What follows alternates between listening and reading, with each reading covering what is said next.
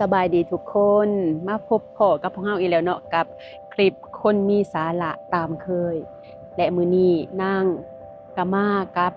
พ่อเนาะชื่อพ่อพรซึ่งพ่อพรเป็นผู้ที่นั่ง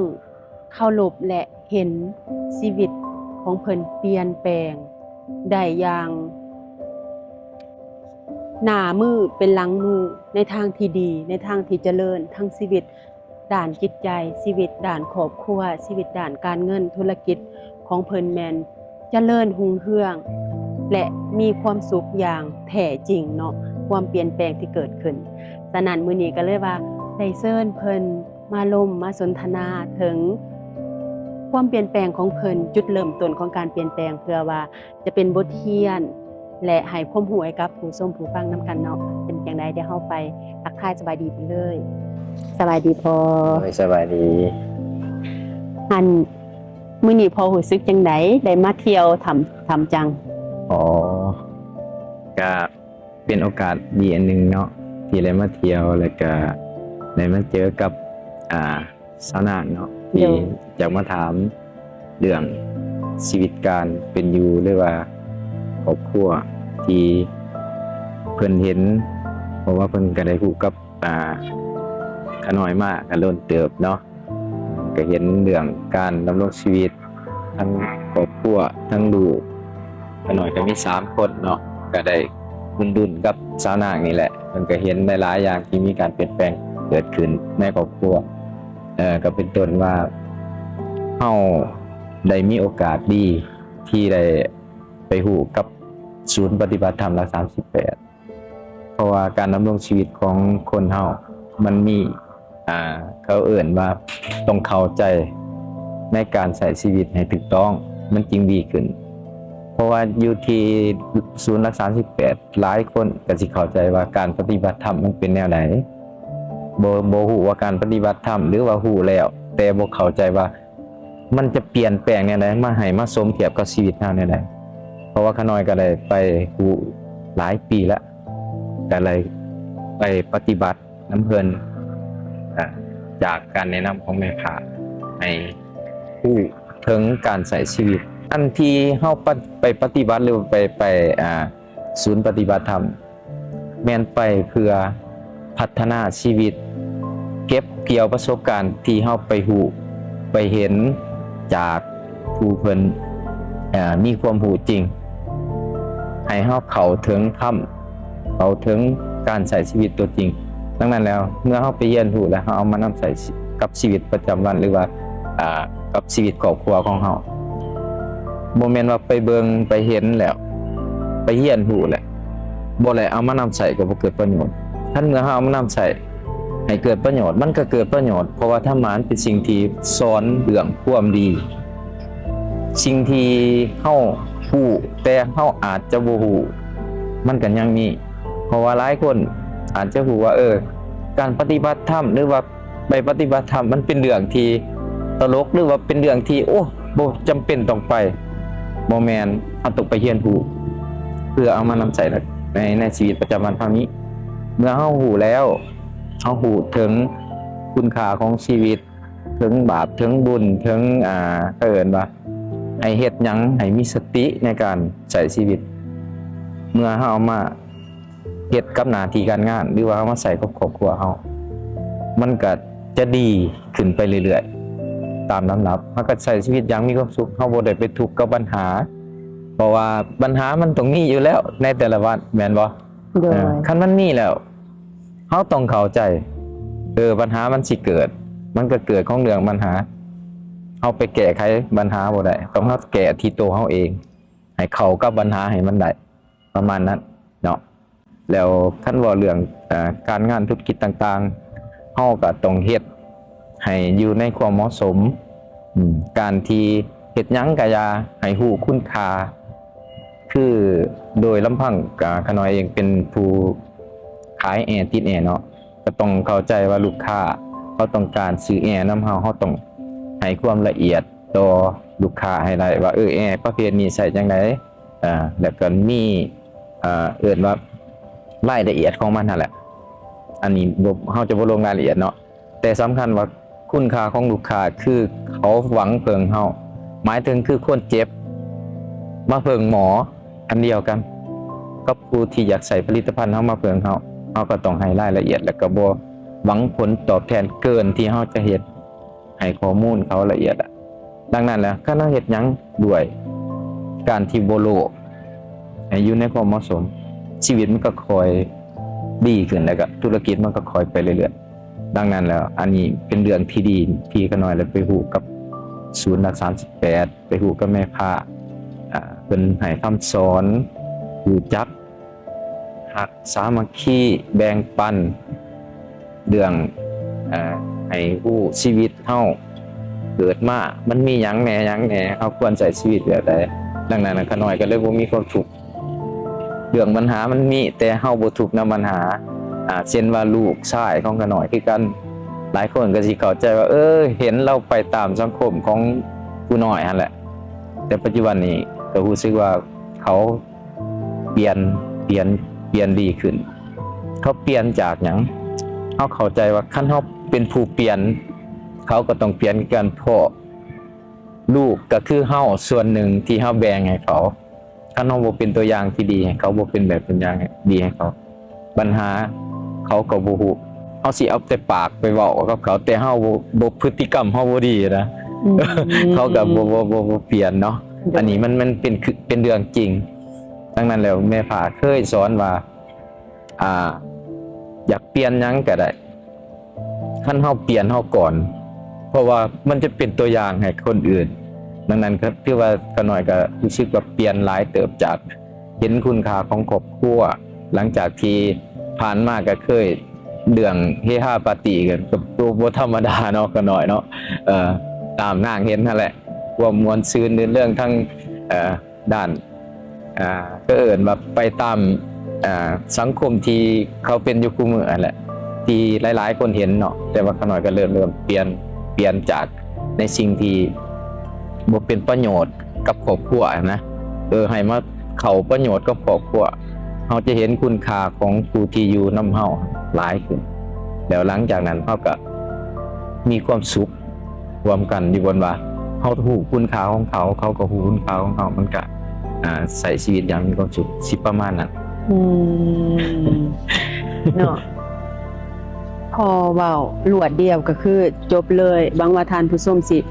อันเก็บกรรมใดเนาะจุดเปลี่ยนของเพิ่นก็คือการที่เพิ่นได้เปิดใจฝึกปฏิบัติธรรมเนาะพ่อเนาะโดยและบอนที่เพิ่นไปฝึกก็คือศูนย์ปฏิบัติธรรมหลัก38นำพาโดยแม่พระผู้ฮู้แม่พระเมตตาเนาะและเอาบทเรียนจากจุดนั้นมาเปลี่ยนแปลงเจ้าของในเมื่อเจ้าของเปลี่ยนแปลงได้แล้วเปลี่ยนจากสิ่งที่เอิ้นว่าผิดพลาดต่อครอบครัวบ่เฮ็ดแล้วก็เปลี่ยนตัวเองให้ดีขึ้นให้เป็นโพธิดีขึ้นเป็นแบบเป็นอย่างลูกก็เปลี่ยนไปตามและธุรกิจการงานของพ่อก็เปลี่ยนก็ย้อนว่าเอาธรรมะก็คือความถูกต้องก็คือความเอาใจใส่ความรู้คุณค่าของสิ่งที่พ่อเฮ็ดกับผู้คุณค่าลูกค้าเอาสิ่งที่ดีที่สุดให้เขาแล้วก็บ่โลภเกินจึงว่าเฮ็ดให้ทุกสิ่งทุกอย่างก็เลยดีขึ้นมาทั้งหมดแล้วอยากถามพ่อว่าการเปลี่ยนแปลงของพ่อหั่นน่ะพ่อเฮ็ดจังไดในการปฏิบัติตัวจริงคือไปศูนย์นี่อันดูเข้าใจว่าไปนั่งสมาธิเนาะไปเจริญสติไปพอครูแม่ครูเพิ่นก็แนะนำนี่ก็มีการอ่านคำสอนเดินจงกรมฝึกสติให้อยู่กับตนเองและในทางในของพ่อหั่นน่ะพ่อเฮ็ดแนวใดพ่อคือเปลี่ยนได้โดยมันขั้นตอนเป็นแนวใดหรือพ่อต้องได้สู้กับอันใดเพื่อให้ทุกคนเห็นภาพแล้วเอาไปใส่ได้น่ะโดยอันนี้คนเฮาคันสิเว้าเรื่องการเปลี่ยนพฤติกรรมเนาะก็เอิ้นว่าเปลี่ยนที่เฮาเคยเฮ็ดมาในสิ่งที่เฮาฮู้แล้วว่ามันบ่ดีหั่นนะบ่ยากอันนี้ใจเฮาได้บ่คันเฮาตัดปัญหาได้คือเฮาอยากไปในมุมใดคันใจเฮาได้เฮาแน่วแน่ในสิ่งนั้นมันสามารถเปลี่ยนได้หมดเปรียบกับคนที่เคย สิ่งเสพติดต่างๆหรือว่าสูบยาหรือว่ากินเหล้าอีหยังต่างๆนั่นน่ะถามว่าเขาอยากเศร้าได้บ่เขาฮู้ผลเสียของมันเนี่ยไผก็ฮู้ว่านั่นแหละผลเสียแม่นบ่ส่วนใหญ่แต่เขามันเปลี่ยนบ่ได้มันเปลี่ยนอยู่ที่ใจก่อนเฮาต้องตัดปัญหาคือเฮาสิเอาบ่ดีหรือเฮาสิเอาบ่ดีเฮาต้องมีตัวเลือกในใจแล้วสังคมสรรเสริญตัวใดขาน้อยเชื่อว่าเขาสรรเสริญเรื่องความดีหลายกว่าแม่นบ่ดังนั้นน่ะเขาต้องตัดใจว่าสิ่งที่บ่ดีเฮาควรตัดออกเรื่องตัดอาจจะตัดยากแต่คันใจเฮาได้ตัดบ่ได้ยากคือขาน้อยผ่านมาเรื่องเหล้าเบียร์นี่โอ้ยหลายคนก็สิเห็นนั่นแหละหรือว่ามวลซืนต่างๆถามว่ามวลซืนมันมวลได้มวลจากใจบ่จำเป็นต้องเพิงแอลกอฮอล์หรือว่าเพิงเฮ็ดให้เฮาเสียสติจังมวลดอกเฮามวลยามได้ก็ได้เพราะว่าความมวลก็คือเฮารู้สึกทุกอย่างมันก็คำว่ารู้สึกนั่นแหละมวลมันสิอยู่ไสมันก็อยู่กับรู้สึกแม่นบ่ล่ะคันเฮารู้สึกมวลมันก็ม่วน มันเป็นอาการเนาะ มันเป็นอาการมันบ่แม่นว่าไปเพิงอันนั้นอันนี้มาให้มันบัดนี้เฮาเลยตัดว่าเอาผลเสียของสิ่งที่เฮาเคยเฮ็ดเนาะ1เหล้าเบียร์ต่างๆบ่หรือว่าเฮาไปในสิ่งที่บ่ถูกต้องนะเมื่อเฮาตัดปัญหาตัวนี้ออกจากตัวเฮาบ่เฮ็ดอีกแล้วนะผลที่ได้หลายเฮาฮักไผแลเฮาต้องเข้าใจเนาะเฮาสิไปฮักคนอื่นเฮาก็ฮักได้แต่เฮาฮักเฮาเองให้หลายก่อนแล้วก็ครอบครัวผู้ที่อยู่ใกล้เฮาที่สุดนั่นแหละคันเฮาปาละเรื่องนี้ได้นะครอบครัวเฮาลูกเมียเฮาหรือว่าพ่อแม่หยังก็ตามที่อยู่ใกล้ตัวเฮามันเป็นที่เขาเอิ้นว่าน่าสรรเสริญในความดีที่เฮาถิ่มสิ่งที่บ่ดีไปหั่นน่ะมันก็เลยเฮามีความปลื้มใจบ่ภูมิใจบ่เฮาเฮ็ดได้เฮาเฮ็ดในสิ่งที่ได้ประมาณนี้ก็เลยว่าตัดอยู่ที่ใจเฮานี่แหละใจนี่ต้องฝึกก่อนมันมีบอนฝึกเด้อให้ไปรักษา18เฮาสิฝึกเอาเองนี่ฝึกยากฝึกด้วยตนเองนี่ไผว่าเฮ็ดได้ถามว่าเฮ็ดได้บ่คันเก่งอีหลีได้แต่คันมีคนอื่นสอนมีตัวอย่างสอนมีผู้พาเฮ็ดหลายคนก็เฮ็ดหลายคนก็เฮ็ดหมู่เฮาหลายคนเขาเศร้าไปเบิดละเรื่องนั้นเฮาก็ปะเศร้าเบิ่งเมื่อเฮาเศร้าแล้วมันดีเด้มันดีก็ลองคิดว่าสิลองเศร้าเบิ่งแต่ว่าสุดท้ายก็เศร้าเลยแหละเดี๋ยวนี้ปัจจุบันบ่ไปในสิ่งที่บ่ถูกต้องนะก็เลยว่าชีวิตก็สบายเด้นี่บ่จำเป็นต้องมีหลายคนหรอกมีผู้อยู่ข้างๆกายเฮานี่แหละเป็นกำลังใจอยู่นํกันแบบมีความสุขอันนี้ในสิ่งที่ขาน้อยคิดว่าเป็นสิ่งที่ดีที่สุดแต่ขาน้อยก็สามารถเฮ็ดได้ สาธุเนาะ คือพ่อเว้านะ1สำคัญว่าเฮาเห็นความผิดเฮาบ่ แม่น 2คันเฮาเห็นความผิดเฮาแล้วนี่คันใจเฮาบ่เข้มแข็งนี่เฮาตัดบ่ได้แน่นอน สำคัญใจ โดยเวลาไปฝึกทำจึงว่า ฝึกใจ ฝึกใจให้เข้มแข็งให้ได้ความตั้งมั่น แม่น จึงสิเห็นตนเอง แม่น จึงสิตัดได้ แม่น แล้วซุ่มซ่นที่เฮาอยู่คนที่เฮาคบเนาะคือพ่อเว้าหั่นน่ะเขาสรรเสริญหยังอย่าลืมว่าคันเฮาไปอยู่กลุ่มคนชั่วเขาสรรเสริญความชั่วได้ท่านผู้ชมเนาะ ฉะนั้นเฮาต้องเอาตัวเองไปอยู่ในกลุ่มคนดีเขาจึงสรรเสริญความดีเฮาจึงสิมีกำลังใจความบ่ดีเขาบ่สรรเสริญเฮาก็อยากเปลี่ยนเพราะเฮาเข้าพวกบ่ได้ แม่น เนาะ เฮาเห็นเขาดีเฮาก็อยากดีครับ โดย ยกตัวอย่างในหลายฐานก็สิฮู้เนาะบ่เอ่ยชื่อเพิ่นดอกแต่ว่าเฮาก็ฮู้ในใจเฮาว่าเป็นเขาเอิ้นว่าคันสิเว้าภาษาต่างประเทศเขาว่าหยัง อันใดพอ ไอลอขาน้อยก็ ไอโดโดยไอ ประ โด มาณนั้น แบบว่าผู้ที่เฮาถือเป็นแบบอย่าง เป็นแบบอย่าง ผู้ เห็น เฒ่า เห็นความดีของเขา โดย เฮาก็เลยว่าอยากดีตามบ่แม่นอยากดีตามเขาดอก อยากให้เฮาดีแต่เฮาเบิ่งเขาดีรวยวิธีใด โดยเว้าก็ได้ว่าผู้ใดขน่อยสิสัมภาษณ์เพิ่น โอ้อันนี้ใส่สิสมหวังเด้ โอ้ขน่อยสัมภาษณ์แล้วได้พอ อำนวยการบริษัท เจริญเจริญชัยกอง โดย โอ้สุดยอดแล้วนะ แม่นบ่ มัดเราก็รุ่นกันแต่ก็ได้ร่วมในการไปฝึกหัดหรือว่าร่วมเดินทางเลยก็หลายคนฮู้เนาะนางก็ โดย ฮู้ ผู้ ดี สัมภาษณ์ หลา เพิ่ ย นละได้ คน พอหักคลิปบ่ทันออกจ้ะ โอ้ยสุดยอดแล้วเฮาก็เลยว่าเรายังเฮ็ดได้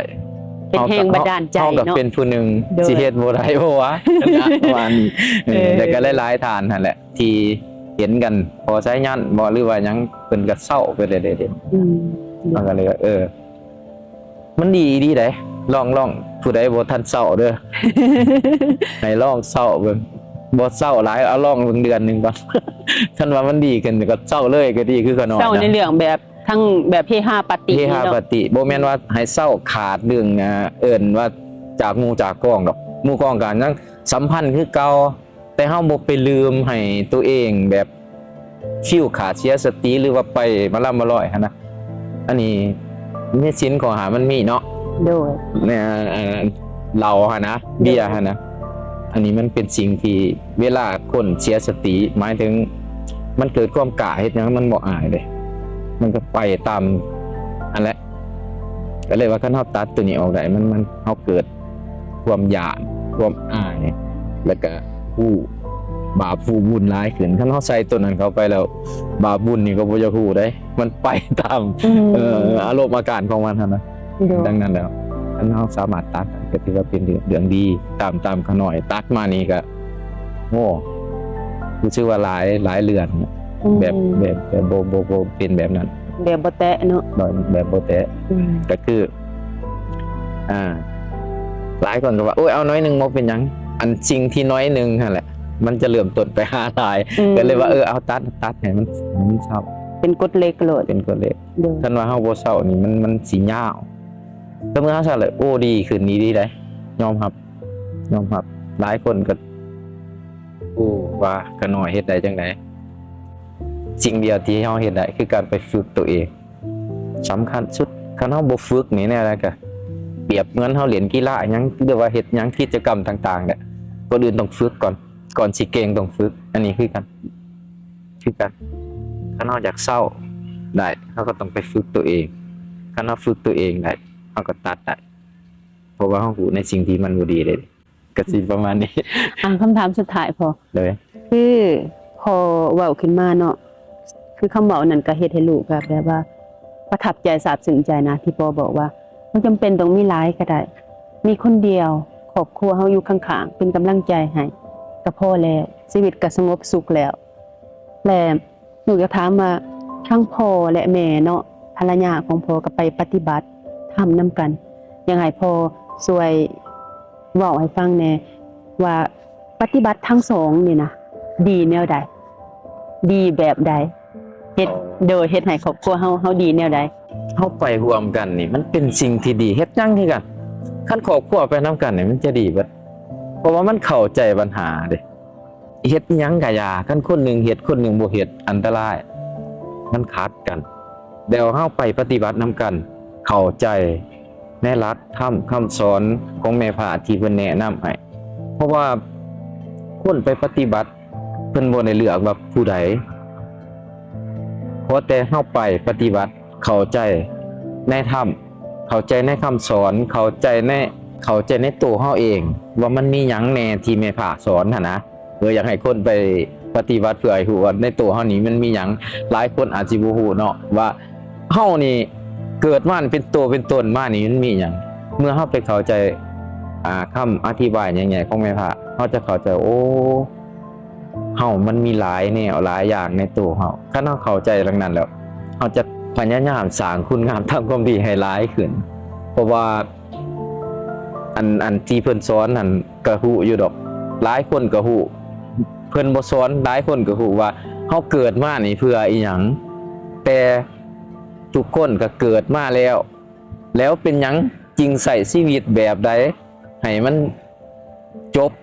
ได้ดีที่สุดเพราะว่าทุกคนต้องจบแม่นบ่คันสิจบด้วยดีหรือว่าจบด้วยบ่ดีมันอยู่ที่พฤติกรรมของเฮาประมาณนั้นแหละดังนั้นแล้วเฮาไปนํกันโอ้มันจะมีความสุขหลายเพราะว่าเข้าใจกันเด้อี อีสังกะยาคันว่าคือขะน้อยเว้าคั่นได้ว่าคันเฮ็ดผู้หนึงเฮ็ดจังหนึงคนผู้เฮ็ดจังหนึงน่ะชีวิตนี่ยากจะมีความสุขในครอบครัวนั้นคันเฮาไปนํกันแล้วจะมีความสุขแต่ถามว่า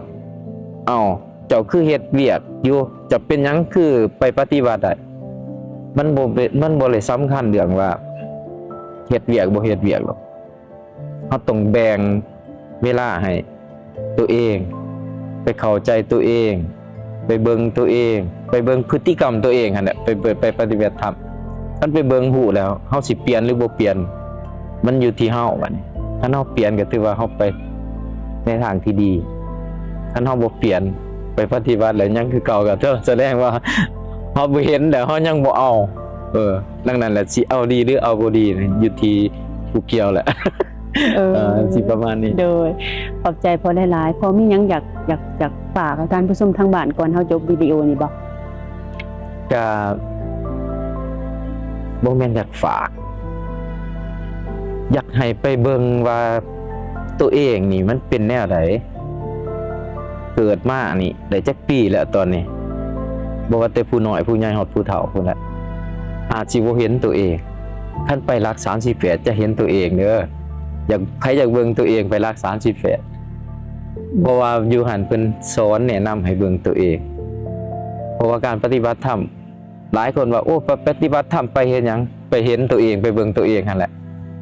เพราะว่าไปอยู่กับตัวเองไปครอบคลุมตัวเองบ่ให้เพิดเพิ่นเมื่อนอกให้ไปเบิ่งตัวเองคันเห็นตัวเองแล้วหักสิฮู้ว่าการปฏิบัติมันดีแนวใดจังนั้นอยากฝากให้ทุกคนหั่นไปสัมผัสเบิ่งก่อนอยู่รักษา18มีคำตอบอันนี้เป็นเรื่องที่ข้าน้อยอยากให้ทุกคนไปเบิ่งเพราะว่าลำพังผ่านมาข้าน้อยก็บ่เชื่อหรอกว่ามันดีแนวไหนให้ไปเบิ่งด้วยตัวเองเนาะดีที่สุดประมาณนั้นขอบใจหลายๆเด้อพ่อเด้อที่ว่ามาโอมาร่วมกับพวกเฮาเนาะในมื้อนี้ก็หวังว่าทุกคนจะได้ความรู้ความเข้าใจเนาะแต่ว่าคันอยากได้เติมก็เอาตามพ่อเพิ่นแนะนำไปศูนย์ปฏิบัติธรรม38เด้อเปิดอกเปิดใจเพื่อไผเพื่อเฮาเองเนาะเพื่อชีวิตเฮาเองสำหรับคลิปมื้อนี้ก็ขอจบเพียงแต่เท่านี้เนาะอย่าลืมเด้อกดไลค์กดแชร์กด Subscribe ให้พวกเฮาแน่เพื่อว่าคนอื่นจะได้ประโยชน์คือทานผู้เบิ่งอยู่เนาะสำหรับมื้อนี้บ๊ายบายเด้อ